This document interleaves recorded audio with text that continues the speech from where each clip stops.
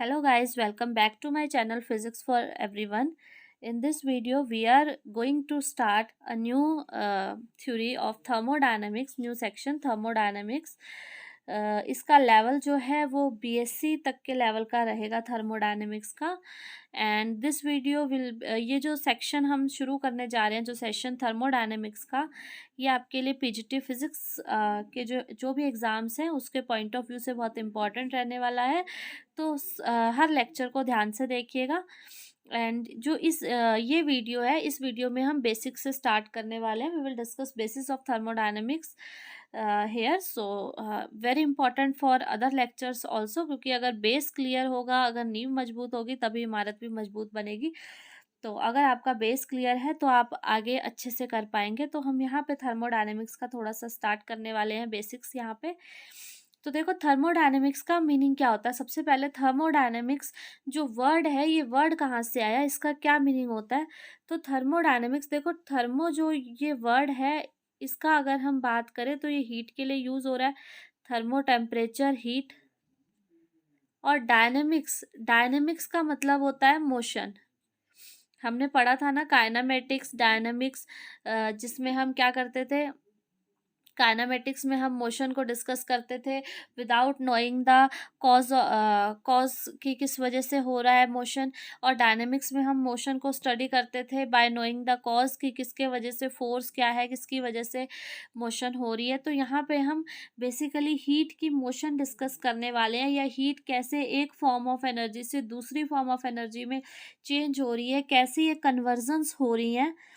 ठीक है, पहले तो हम हीट एनर्जी को चेंज करने की बात करते थे कि हीट एनर्जी किसी फॉर्म में चेंज हो रही है, पर अब जो हीट एनर्जी है, इसका वर्क के साथ क्या रिलेशन है, हीट वर्क एनर्जी, हम इस पूरी यूनिट में इसी के अंदर कहीं घूमने वाले हैं कि इनमें क्या रिलेशन है, क्या इसका इफेक्ट है। एक कंटेनर से हीट जा रही है तो क्या इफेक्ट पड़ेगा, हीट का फ्लो कहाँ से होगा, हाई टेम्परेचर से लो होगा या लो से हाई होगा, क्या लो से हाई पे भी हम हीट को ट्रांसफ़र कर सकते हैं, कैसे कर सकते हैं। ठीक है, तो ये सब हम बेसिकली थर्मोडायनेमिक्स के अंदर डिस्कस करने वाले हैं। तो थर्मोडायनेमिक्स की अगर हम डेफिनेशन देखें तो क्या बनेगी, it is the branch of physics which deal with conversion of heat energy into other forms of energy। ठीक है, conversion of heat energy into other form of energy किससे डील करती है कि हीट एनर्जी किस एनर्जी की form में convert हो रही है, और इन कन्वर्जन्स को क्वांटिटेटिवली भी ये डिस्क्राइब करती है। तो थर्मोडायनेमिक्स के अंदर हम क्या डिस्कस करने वाले हैं कि हीट एनर्जी कैसे अदर फॉर्म्स ऑफ एनर्जी में कन्वर्ट हो रही है, और कितनी हीट एनर्जी कन्वर्ट हो रही है उसको हम क्वांटिटेटिवली कि कितनी अमाउंट हीट एनर्जी की कन्वर्ट हो रही है या ट्रांसफ़र हो रही है एक प्लेस से दूसरे प्लेस पे। तो वो चीज़ें भी हम यहाँ पे डिस्कस करेंगे थर्मोडायनेमिक्स के अंदर। So it is the branch of physics which deal with conversion of heat energy into other form of energy and describe these conversions quantitatively. Next, a very important point here is that it deals with major and macroscopic properties like pressure, volume, temperature, entropy. So यहाँ पे जो thermodynamics है, यहाँ पे हम क्या discuss करने वाले हैं, जैसे डायनेमिक्स हम पढ़ते थे उसमें हम क्या डिस्कस करते थे, फोर्स क्या होता है, मोमेंटम क्या होती है, इम्पल्स क्या होती है, वहाँ पे भी कुछ टर्म्स आई थी। सिमिलरली थर्मोडायनेमिक्स में जो बार बार आपके पास टर्म्स आने वाली हैं वो कौन सी आने वाली है, ये चार, pressure, volume, temperature and S means entropy. ठीक है, और ये मैक्रोस्कोपिक प्रॉपर्टी है। ठीक है, मेजर लेवल पे ये मेजर होती हैं, और मैक्रोस्कोपिक प्रॉपर्टी है पीवीएसटी, प्रेशर, वॉल्यूम, वॉल्यूम को मैंने वी से रिप्रेजेंट किया है, टेम्परेचर और एंट्रोपी, एंट्रोपी को मैंने एस से रिप्रेजेंट किया है। ठीक है, ये जो चार मैंने टर्म्स यूज़ की हैं, प्रेशर, वॉल्यूम, टेम्परेचर, एंट्रोपी, इन्हीं को बच्चे हम क्या बोलते हैं, थर्मोडायनेमिक वेरिएबल्स। ठीक है, इन्हीं चार को हम क्या बोल देते हैं, थर्मोडायनेमिक वेरिएबल्स, थर्मोडायनेमिकल वेरिएबल्स। तो अगर आपसे पूछा जाए कि थर्मोडायनेमिकल वेरिएबल्स कौन से हैं, तो वो क्या है? Pressure, volume, temperature and entropy. यही चार क्वांटिटीज जो हैं हम थर्मोडायनेमिक्स में डिस्कस करने वाले हैं। इसमें देखो प्रेशर, वॉल्यूम, टेम्परेचर आपको पता है क्या होता है। एंट्रोपी देखो, एंट्रोपी क्या होता है? रैंडमनेस कितनी है। जैसे गैस है, गैस के मॉलिक्यूल्स मोशन में रहते हैं, तो रैंडमनेस कितनी है उसमें, वो क्या मेजर करता है? एंट्रोपी उस चीज को मेजर करता है, उस चीज की मेजरमेंट है एंट्रोपी।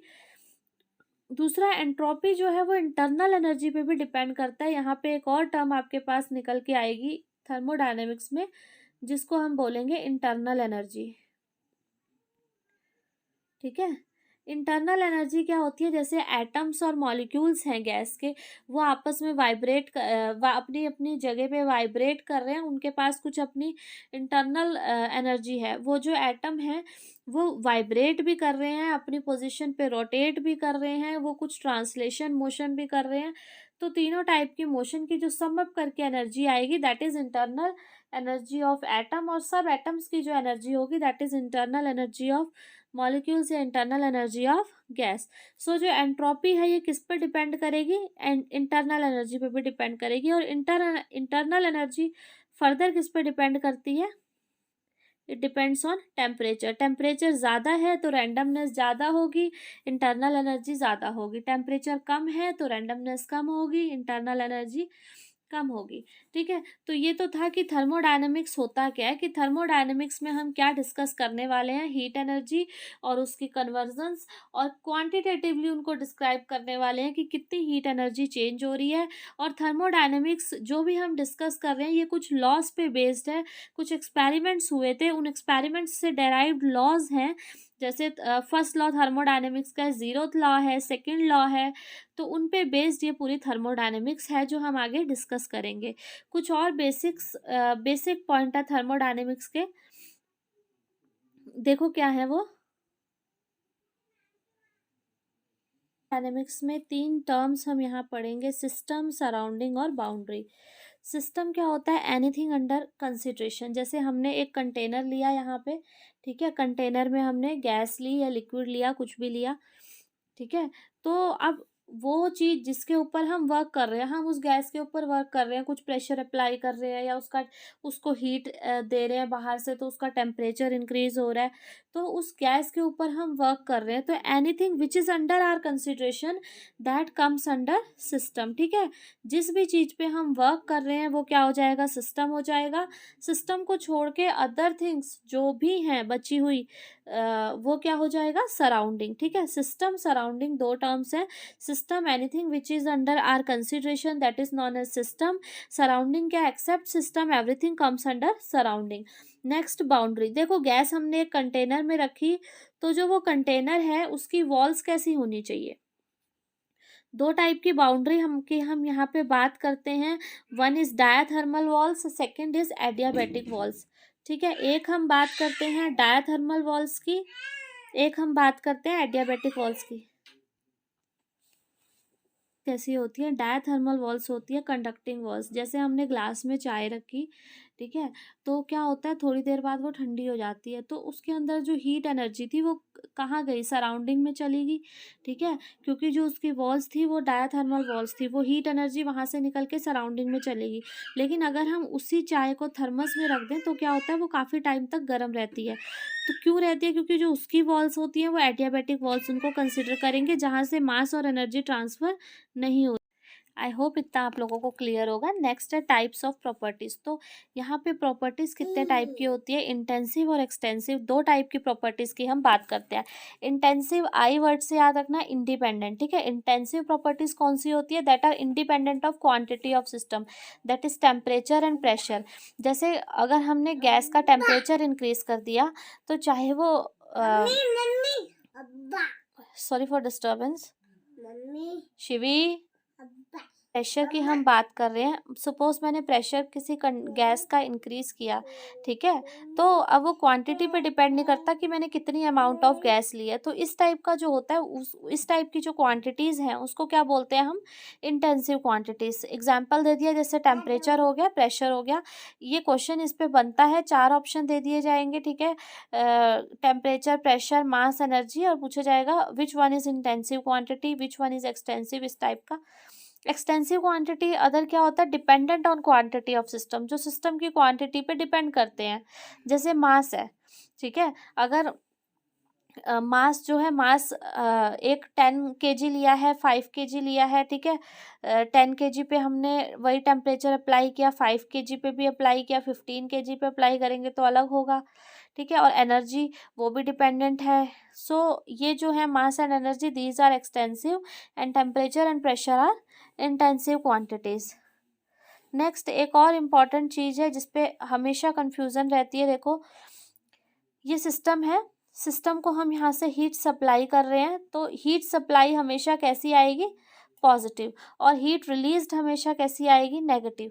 हम सिस्टम पे वर्क कर रहे हैं, हम सिस्टम पे वर्क कर रहे हैं तो वर्क कैसा आएगा, पॉजिटिव, क्योंकि हम उसको कुछ हीट सप्लाई कर रहे हैं, और हीट सप्लाई कैसी हो रही है, पॉजिटिव।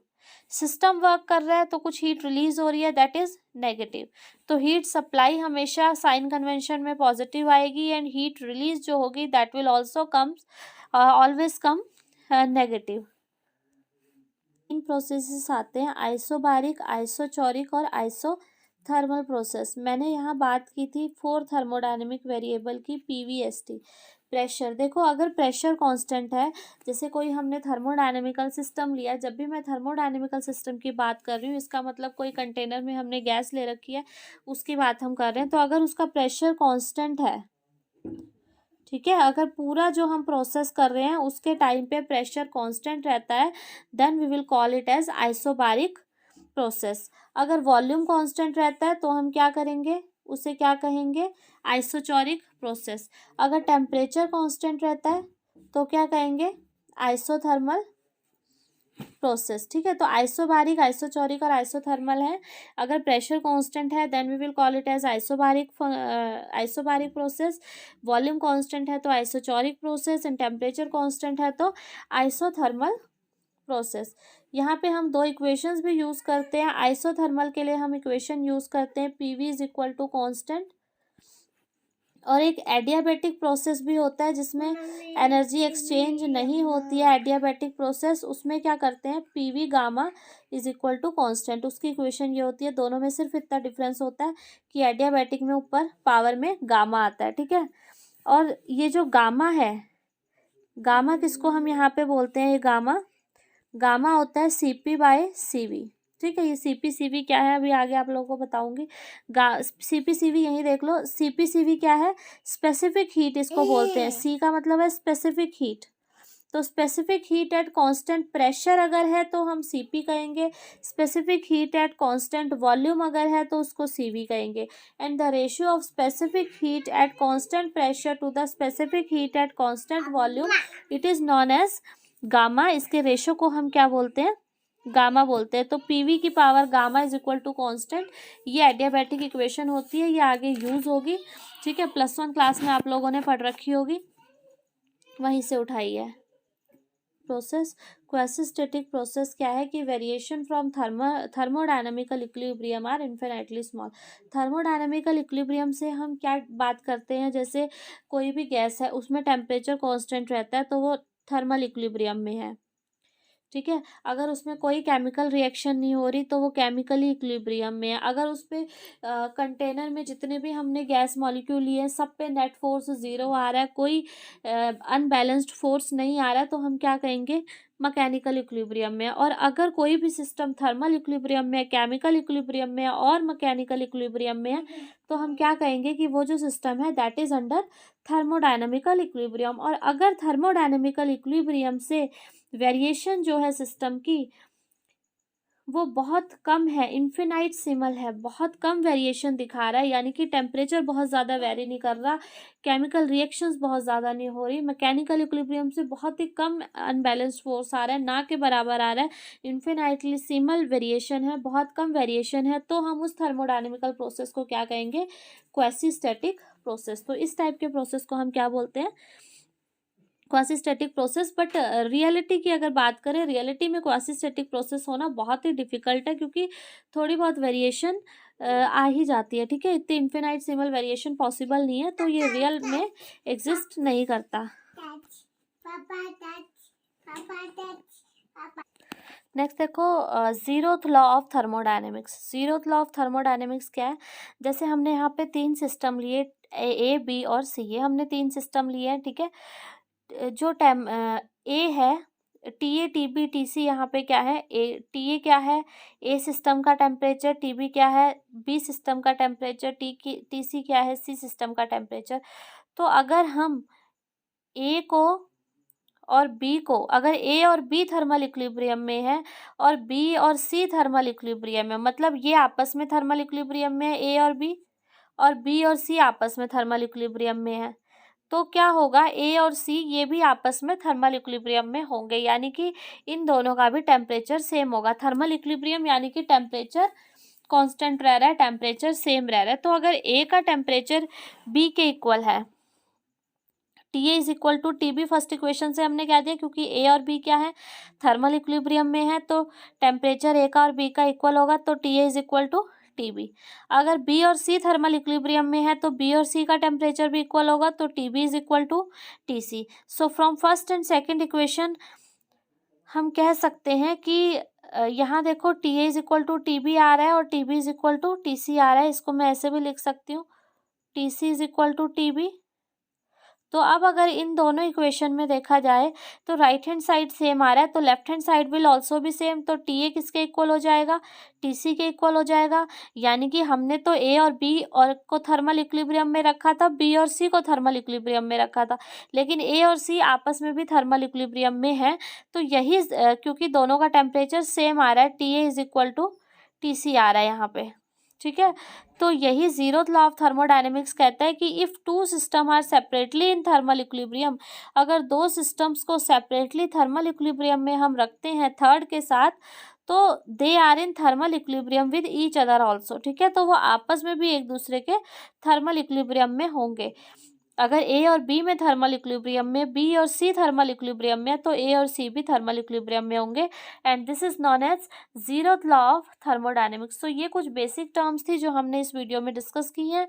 नेक्स्ट हम फर्स्ट लॉ एंड अदर भी टॉपिक्स, जैसे इसमें कार्नोट इंजन है, हीट कैसे ट्रांसफॉर्म हुई, फर्स्ट लॉ क्या है, फर्स्ट लॉ की वेरिएशन क्या हुई, लिमिटेशन क्या हुई, क्यों सेकेंड लॉ आया, फिर Carnot engine, reversible heat engine, Carnot theorem, सब आगे हम डिस्कस करने वाले हैं। सो ये इस वीडियो में हम कुछ बेसिक्स डिस्कस कर रहे थे, एक ऑल्सो इम्पॉर्टेंस क्या है थर्मोडायनेमिक्स की, क्यों हम इसे डिस्कस कर रहे हैं, ठीक है। तो इसकी इम्पोर्टेंस देखो, अपने आप में थर्मोडायनेमिक्स बहुत इंपॉर्टेंस रखती है। थर्मोडायनेमिक्स में हम हीट के फ्लो के बारे में डिस्कस कर रहे हैं, ठीक है। अगर सपोज हमने ये ना पढ़ा होता, थर्मोडायनेमिक्स ना होती, तो यहाँ पे हम बात करते हैं हीट इंजन्स की, कार्नोट हीट इंजन, ठीक है। आज हम देख रहे हैं हीट इंजन। इंजन देखो, कोई भी व्हीकल्स हैं उनमें इंजन यूज होता है, स्टीम इंजन ट्रेन्स में, ठीक है, स्टीम इंजन, हीट इंजन, तो ट्रेन्स पॉसिबल ना होती, ट्रांसपोर्ट के कोई सिस्टम पॉसिबल ना होते, ठीक है। तो थर्मोडायनेमिक्स की अपने आप में बहुत यूज़फुल है, यूज़फुल एक तरह से कह सकते हैं हम, जैसे हम थर्मस यूज़ कर रहे हैं, गर्मियों में हमें ठंडा पानी चाहिए, हम ऐसी बॉटल्स यूज़ करते हैं जिसमें पानी ठंडा रहे, हीट बाहर की अंदर ना आए। सर्दियों में हम उसमें गर्म पानी रखते हैं ताकि वो ठंडा ना हो, अंदर की हीट बाहर ना जाए। तो ये सब जो डेवलपमेंट हुई है, कब हुई, ये थर्मोडायनेमिक्स के जब हमने स्टडी किया उसके बाद ही ऐसी ऐसी चीज़ें बनी कि क्या कुछ ऐसा पॉसिबल हो सकता है कि हीट ट्रांसफ़र ना हो, जब हम चाहें तब हीट ट्रांसफ़र हो, जब हम चाहें तब हीट ट्रांसफ़र ना हो, क्या कुछ ऐसा सिस्टम बन सकता है, क्या कुछ ऐसे इंजन्स बन सकते हैं, रेफ्रिजरेटर रेफ्रिजरेटर जैसे हम डेली लाइफ में अपना यूज़ करते हैं, रेफ्रिजरेटर में क्या होता है, हम हमेशा देखते हैं जो हीट एनर्जी है वो हाई टू लो जाती है, ठीक है। गर्म चीज़ है वो जल्दी ठंडी हो जाती है, अपने आप ठंडी हो जाती है, तो high temperature to low temperature heat जाती है। लेकिन अगर लो टेम्परेचर से हाई टेम्परेचर करना हो, ठीक है, हीट को लो टेम्परेचर से हाई टेम्परेचर पे पहुंचाना हो, तो क्या वो पॉसिबल है? रेफ्रिजरेटर की फंक्शनिंग ये वो सब किसके बाद है? थर्मोडायनेमिक्स की स्टडी के बाद। तो इसलिए थर्मोडायनेमिक्स की अपने आप में बहुत इंपॉर्टेंस है, बहुत सी चीज़ें हैं जो इसके आने के बाद आई। कार्नोट हीट इंजन है जिसपे सारे हीट इंजन बेस्ड हुए। कुछ आगे हम लेटेंट हीट वगैरह के बारे में भी इसमें पढ़ेंगे, एंट्रोपी के बारे में पढ़ेंगे, डिग्रेडेशन ऑफ एनर्जी के बारे में पढ़ेंगे, एंट्रोपी क्या होती है, ठीक है। तो इस सब का बहुत इम्पोर्टेंस है थर्मोडायनेमिक्स में। इसी में हम थर्मोडायनेमिक्स में ट्रांजिशन टेम्परेचर जैसे आइस, वाटर और स्टीम, ये ट्रिपल पॉइंट की बात हम करेंगे। ट्रांजिशन टेम्परेचर की बात करेंगे, वो पॉइंट जिसपे तीनों जो स्टेट हैं वो इकट्ठे एक ही पॉइंट पे एग्जिस्ट करती है। तो काफ़ी सारी चीज़ें हैं जो हमें यहाँ थर्मोडायनेमिक्स से पता चली। जैसे इस negative temperature possible in thermodynamical scale of temperature, negative temperature possible है। डिफरेंट फेसेस क्या है सबस्टांस के, face change of first and second order क्या होता है, क्लॉसियस कैप्लरिन इक्वेशन आगे हम बात करते हैं, केल्विन स्केल टेम्परेचर की हम बात करते हैं, और कैसे मैकेनिकल एनर्जी हीट एनर्जी में कन्वर्ट होती है, हीट एनर्जी वर्क में कन्वर्ट होती है, रेफ्रिजरेटर की इंजन की एफिशिएंसी क्या है, ये सब हम थर्मोडायनेमिक्स में बात करते हैं। तो इसकी काफ़ी इंपॉर्टेंस है हमारी रियल लाइफ में भी। सो ये कुछ बेसिक्स था थर्मोडायनेमिक्स का जो हमने आज डिस्कस किया। इसके बाद फर्दर हम नेक्स्ट वीडियो में डिस्कस करेंगे। Thank you for watching, and if you like this video please don't forget to share and subscribe the channel and like the video. Thank you.